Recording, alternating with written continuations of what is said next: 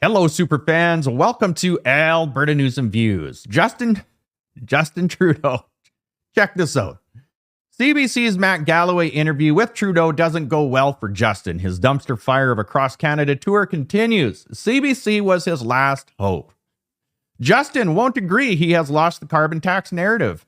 He won't take a premier's meeting. He won't take responsibility for the dumpster fire he has created. It's just come out today, too, at this the public inquiry to Chinese election interference. Come out today that his government knew, the Trudeau government knew that there was election interference in 2019 and waited a year, what was it, a year and a half, 2 years after the fact to release documents or any information of knowing about what was actually going on. This is just typical. Watch this. He is a pathological liar. Just no shame at all.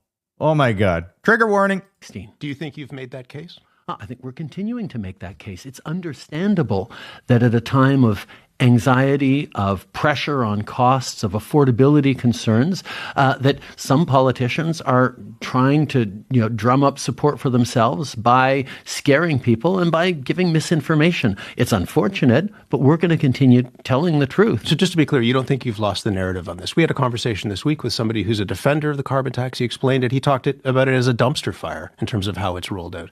You don't think you've lost the narrative? It's not just Conservative premiers, though. It's Wab Kinew in Manitoba. It's a fellow Liberal in Andrew Furey in Newfoundland and Labrador.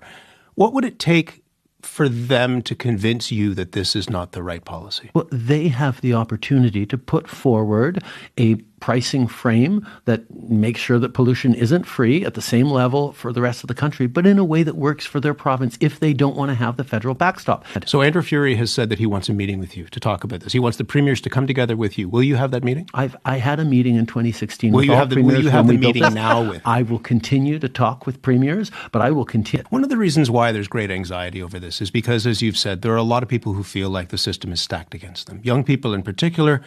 They do everything they can. They get a good job. They're working hard. They can't square that circle.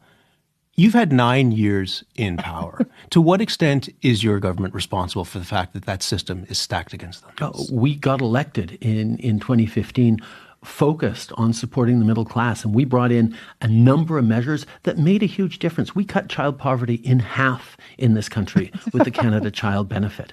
But particularly since the pandemic, we've seen Children aren't buying houses, Justin. He is incapable of answering a question. Any kind of promise that is made by a liar is a lie, and it is that simple. He will say and do whatever it takes at this point. You can see that these non-answers, they're not good enough anymore. People are hurting, and it's affecting their bank accounts, so now they're starting to get concerned. And they want action, and they want it now. I'm going to keep you updated with all of this as usual, as much as I can, when I can. Follow me on Substack and Spotify. All of you out there, like, share, and take care.